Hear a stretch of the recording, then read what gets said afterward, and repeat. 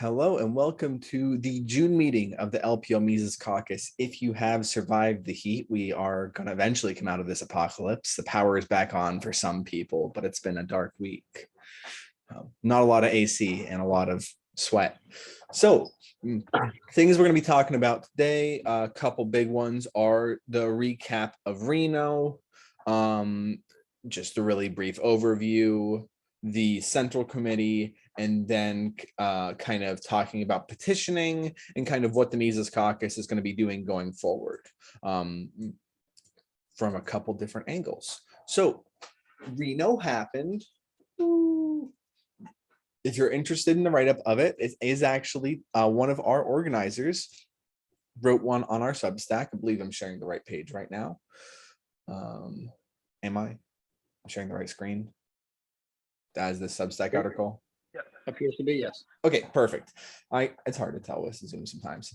So if someone wants to read that, there have been a few other things. The Reason documentary was surprisingly good, though there also are some quibbles with it.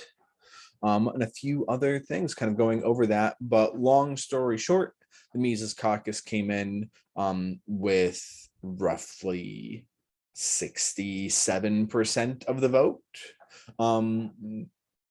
And it happened. The Reno, now it's being rebanded from reset to more positive things like rebirth or revival. Revival sounds a bit too religious for me. I kind of want to go revolution, you know, the Ron Paul thing, Reno revolution, but rebirth is what everyone else is saying. So I'm going to go with them because I'm a conformist. Fun things out of the convention. If you haven't watched the video of the premeditated attack on Sarwark, that's fun. It's not actually fun, but it's darkly amusing. I like watching, you know, train crashes, that kind of thing. And this is kind of what that was. So, but I would recommend watching the videos on the Mises Caucus YouTube channel of the speeches at the bash. Those are really great. Those were lots of fun and had lots of value.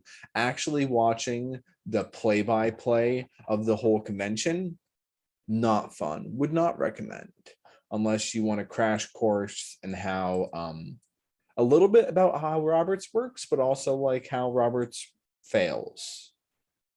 Yeah, but it happened.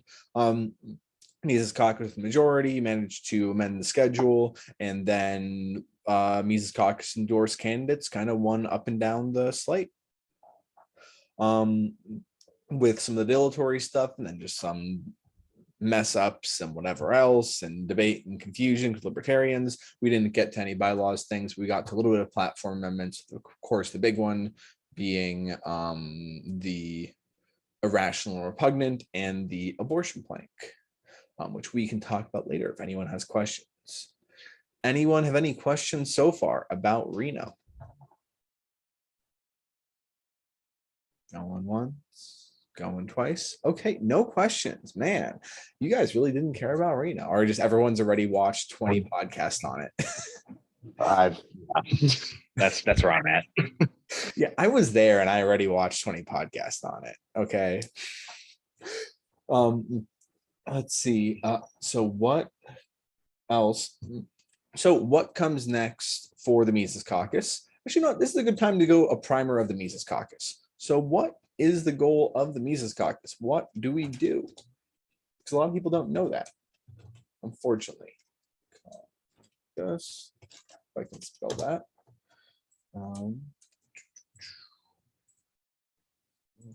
So Libertarian Party Mises Caucus, we have a website. No one ever goes to it, which makes me sad.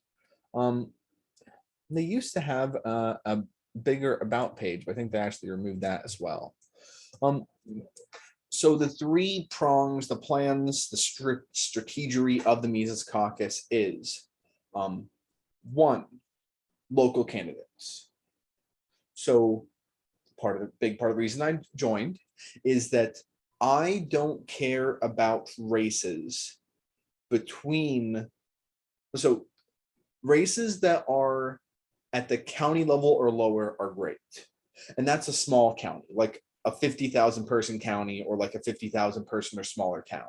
Those are great, and especially targeting races that actually have some power. As much as it is fun to win, like the dog catcher kind of role, I'm just not that motivated. I like having more L's on, like I want to have more L's elected. So I will like push for that stuff when we have ballot access, but it's really not what I care about as much as something like a mayor, where you can actually go in and do all the amazing shit Cassandra has been doing with like nullifying marijuana, like decreaming marijuana in the city, or removing like obnoxious what's the word?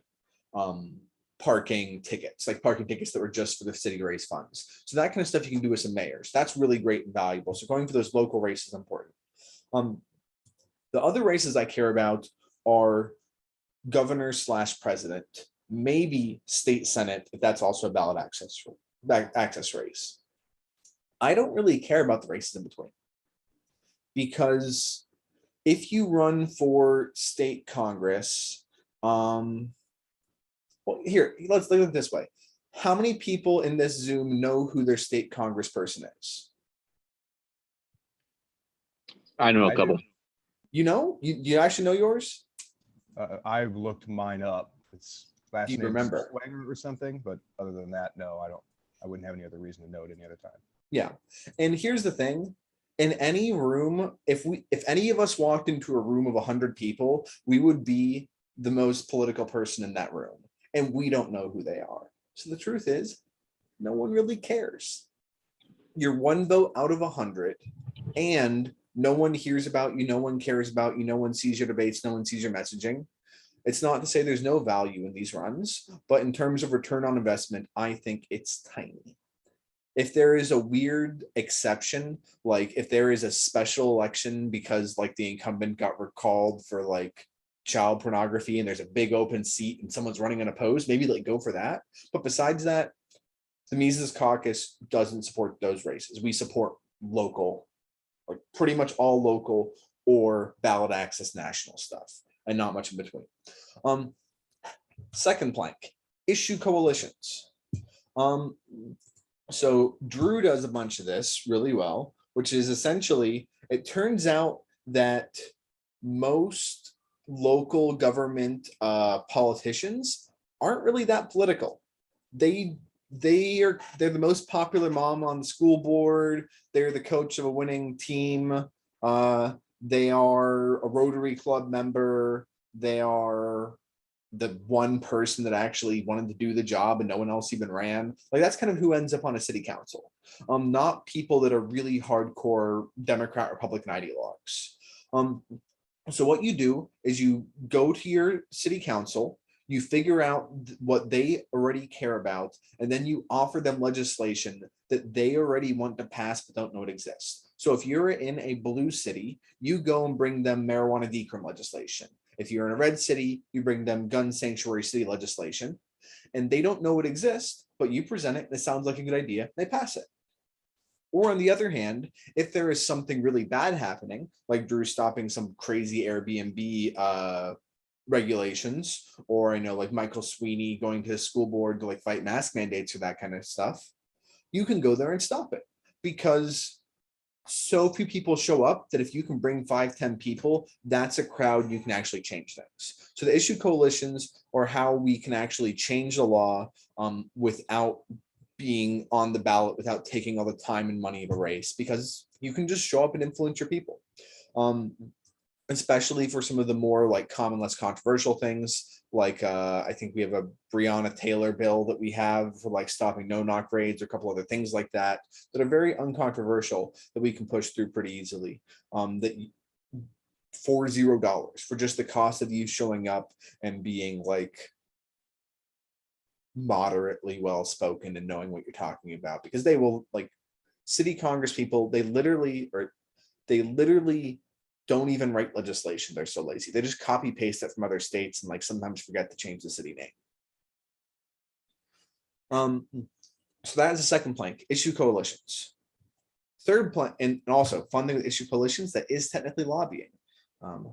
For those who are curious, don't ask me why I had to bring that up, but I did.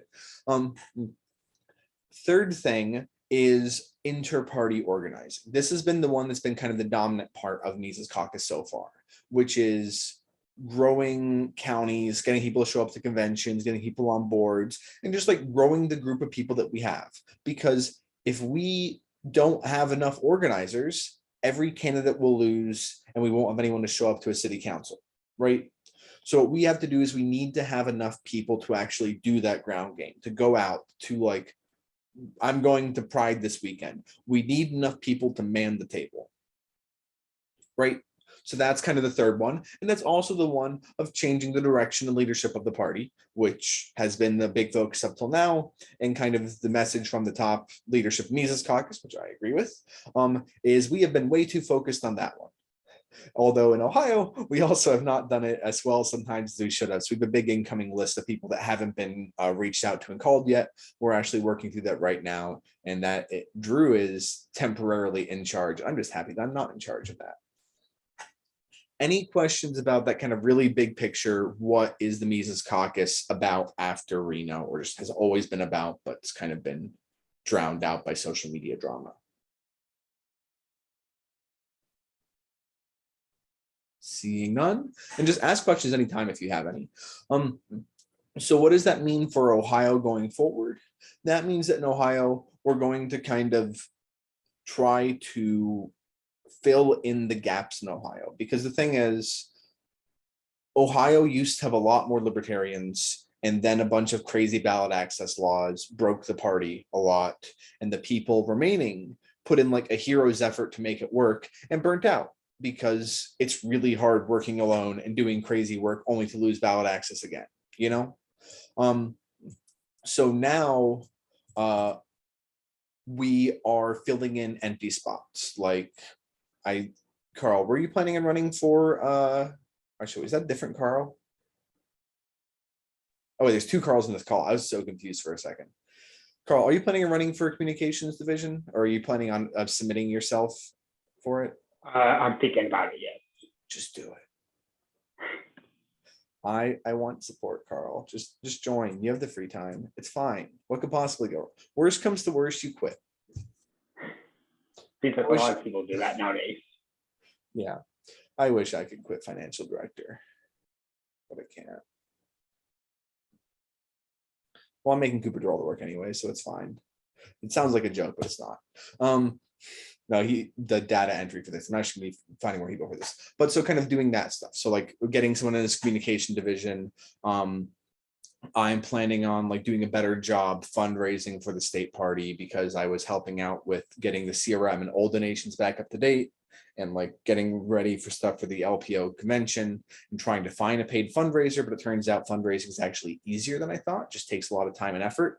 So I'm just going to try to train people and do it myself, or have them do it instead of having a paid one, which the worst it can do is not work. Or we can offer someone in the state of Ohio to be a paid fundraiser. You'd be paid commission only, like 30% of what you raise or something like that. But if you guys would like to, can train you how to do it, and you can be a paid fundraiser.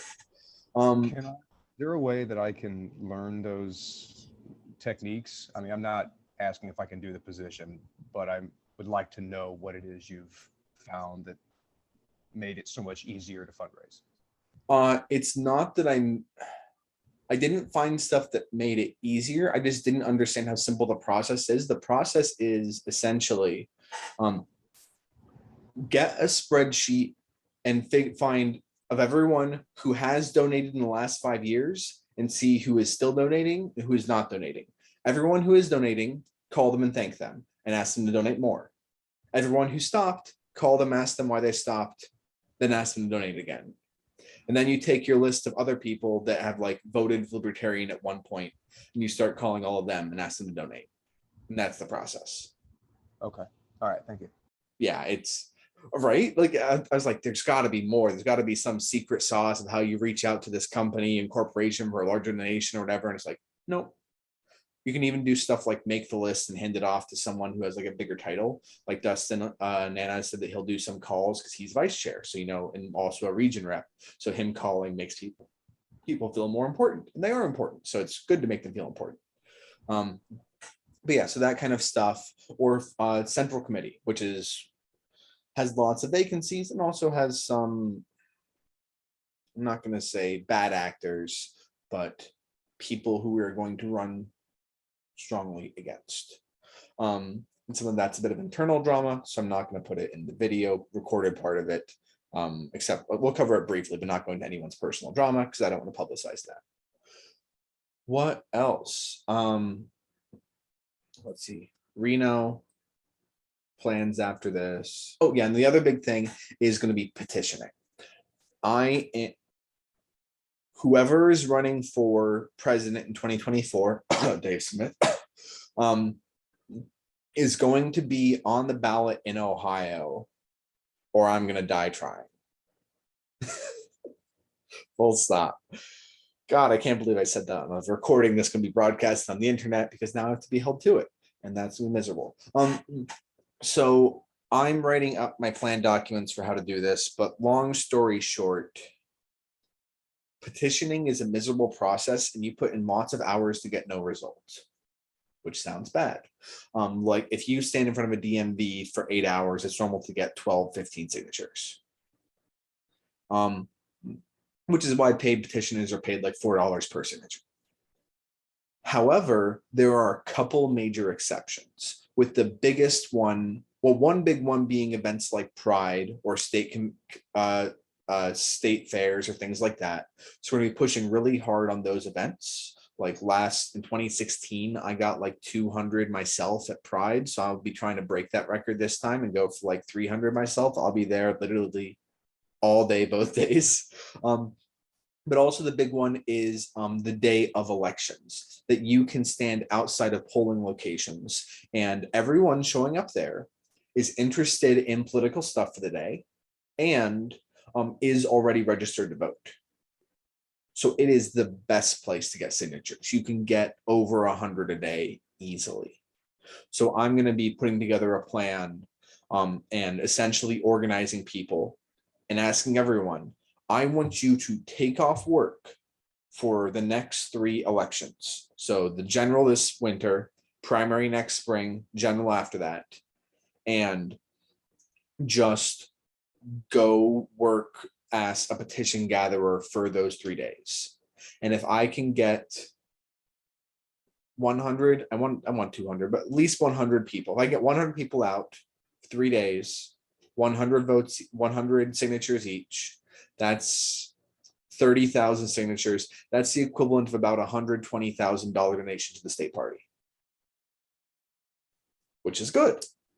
So that's my plan, is essentially to push that system, to get people organized, to figure out which which voting locations will have the most traffic, like send teams of 2 to sit all day in front of the polling location, take off work, sit there all day and work there and get the signatures. I need to write up my strategic documents for that and start collecting phone numbers and all this shit. It's going to be a process, but that is going to be like my primary focus after this is going to be fundraising, keeping the LP, like getting more volunteers into the LPO, like hopefully we found an IT director, and petitioning. So yeah, any questions?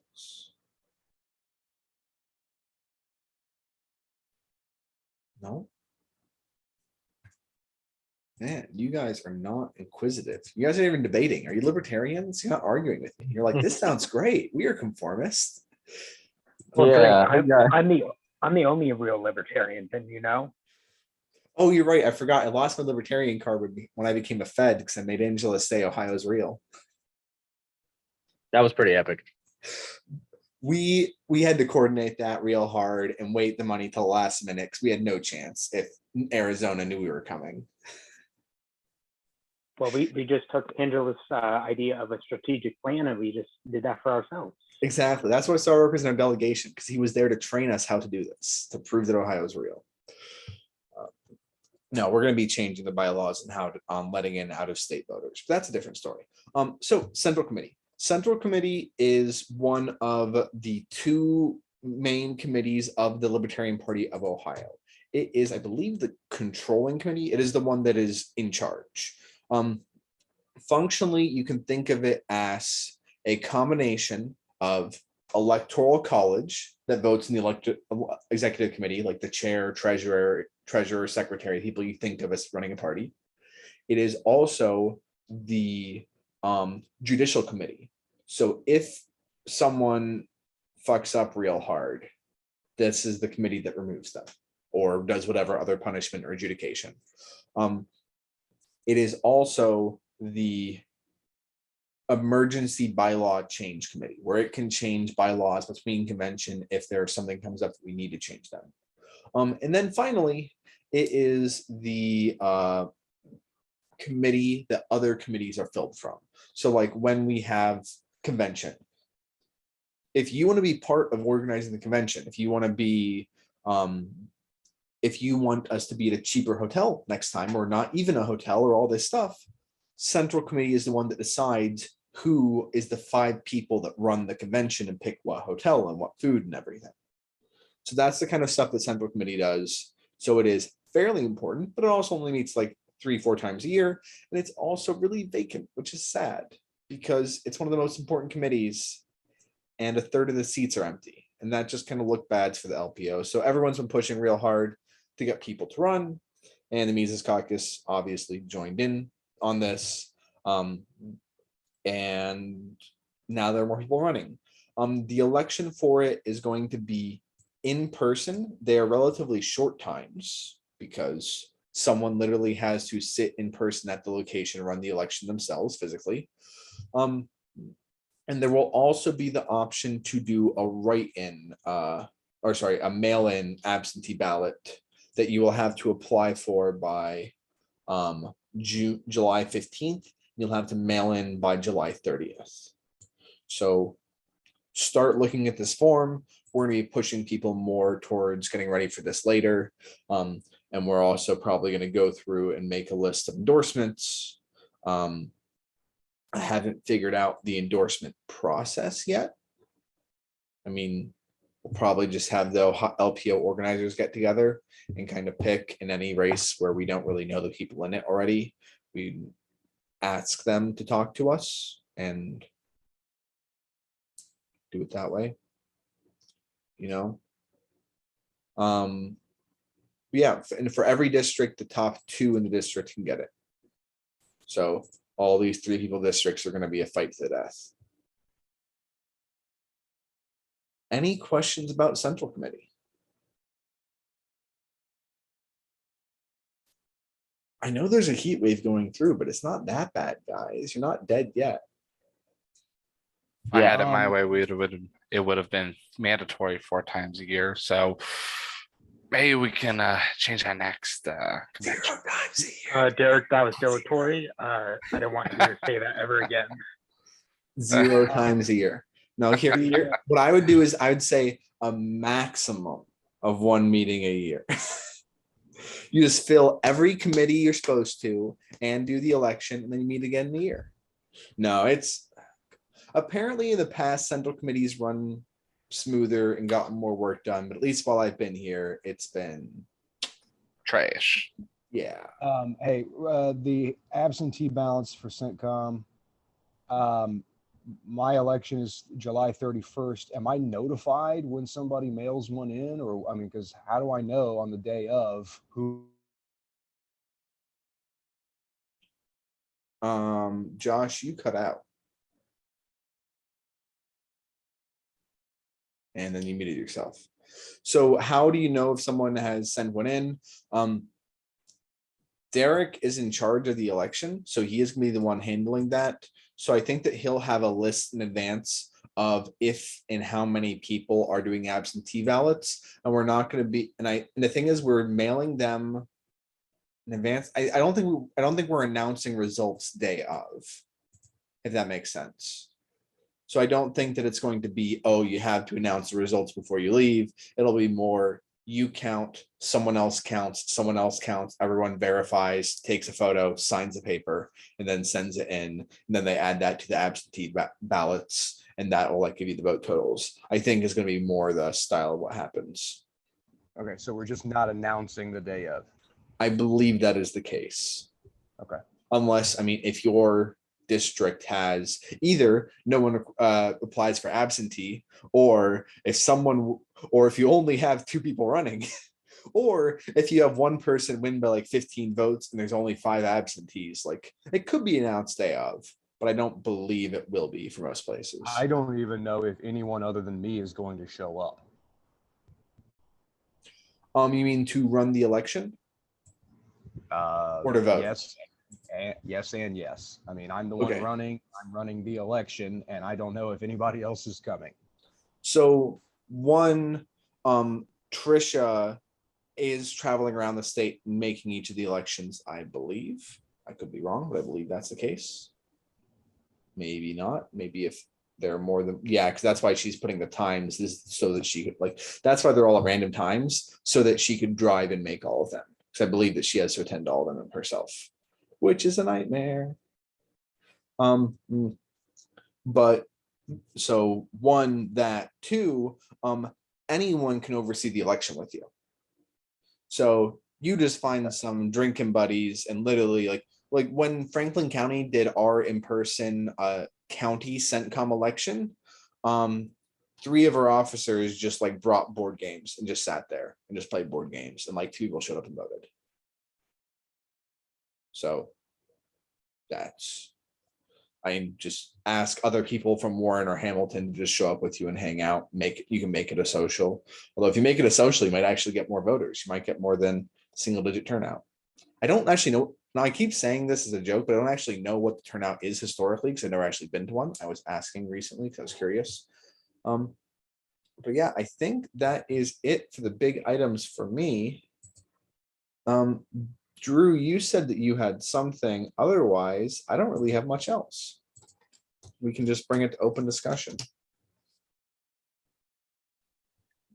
I have no idea what you're talking about. You said something about onboarding. I thought you said you wanted to say something about onboarding. I might be crazy. Oh, my bad. Yeah. So I don't know who this guy reaches out to, but Sean Martin from some county that starts with an H. I can't remember, but I onboarded him. He really wants to help with ballot access. He was really passionate about it. This girl, Courtney, that I onboarded, she said she's been onboarded already, so she was weirded out when I called her.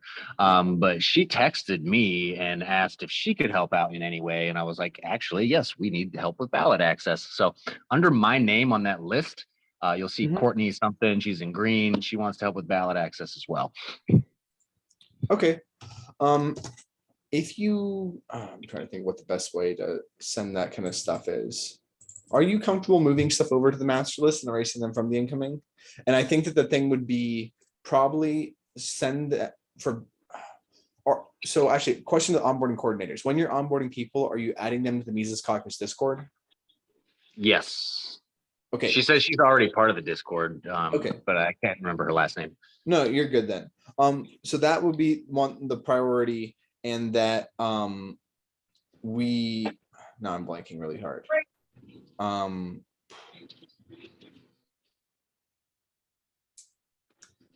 I haven't set up my stuff to start gathering ballot access information. So maybe if you just email her from the Mises Caucus account and CC my personal email address on it, drakelundstrom@gmail.com. That would be good. And I'll take care of it from there, that kind of thing. But essentially the way that ballot access petitioning is working is there is a big issue with people printing ballots incorrectly, if that makes sense. They have to be printed on legal size paper in this way and all this other stuff. So if someone wants to petition, they tell me an office max near them and I print the petitions for them, then they go pick them up, is the process. Along with a how to petition cheat sheet. And it's like $10 on me per time. Or if they're in a county that already has that is, I don't want to say legitimate, that is functional. An affiliated county, not even all the affiliated. So there's a number of counties where the county chair already has a set of ballot access petitions. It is not all counties, it is not all affiliated counties, but for those counties, they should be able to get them from the chair. So yeah, just if someone's going to do ballot, it says they're interested in ballot access stuff, have them message me on the Discord or send me an email Discord would probably be faster response. Okay. Yeah. And that's kind of going to be the process going forward, is when we have a different state organizer for each kind of topic, each like, hey, do you want to run as a candidate? Do you want to do whatever? We would then, if a person says they're interested, forward them to that person. We don't have that entirely set up yet. We have a lot of onboarding to do. So right now we're just going balls to the wall, all in on onboarding our like 600 person list. It just grows bigger every day. So yeah, other questions?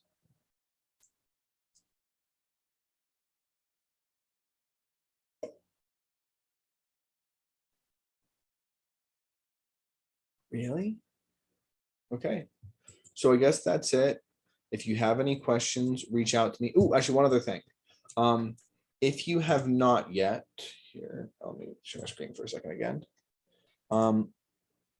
Make sure to join the Libertarian Party of Ohio Discord. So if anyone's on Rocket Chat, you guys know what that is. It's for internal communications, but it's kind of hard to add people to Rocket Chat. So now the Libertarian Party of Ohio internal Discord is the main way of communicating people in the party, at least in my mind. There are disagreements over that, but that's what I'm going to be using for like communicating people with the party, answering questions, whatever. So if you have not joined that yet, I'm putting the link in the chat right now. The link is on our Substack in every article. But yeah, come join it. It's a good time. Be nice. It is the General Ohio Discord. Don't be an asshole or I will beat you myself. Please and thank you. Yes, I've had some urges. I think you might have unmuted on accident. So yeah. So what am I thinking of? Yeah, so join that Discord. And that's another good place to kind of reach out to people and get in contact with them and ask questions. That's where we're going to be probably managing petitioning systems, since it is an all Ohio thing, not just the Mises Caucus thing. And that's going to be kind of the official chat more for the all Ohio LP, because adding people into Rocket Chat is, it's a privilege, not a right, has kind of been the speech I'm given. It's also a little bit more complicated than you'd expect. So it's normally easier to onboard people just into Discord and then later add them to Rocket Chat if they're in a position where it is necessary for them to be on it, if that makes sense. So yeah, I think that's all I have to say. Go team. Well, let's go change some laws and get some liberty.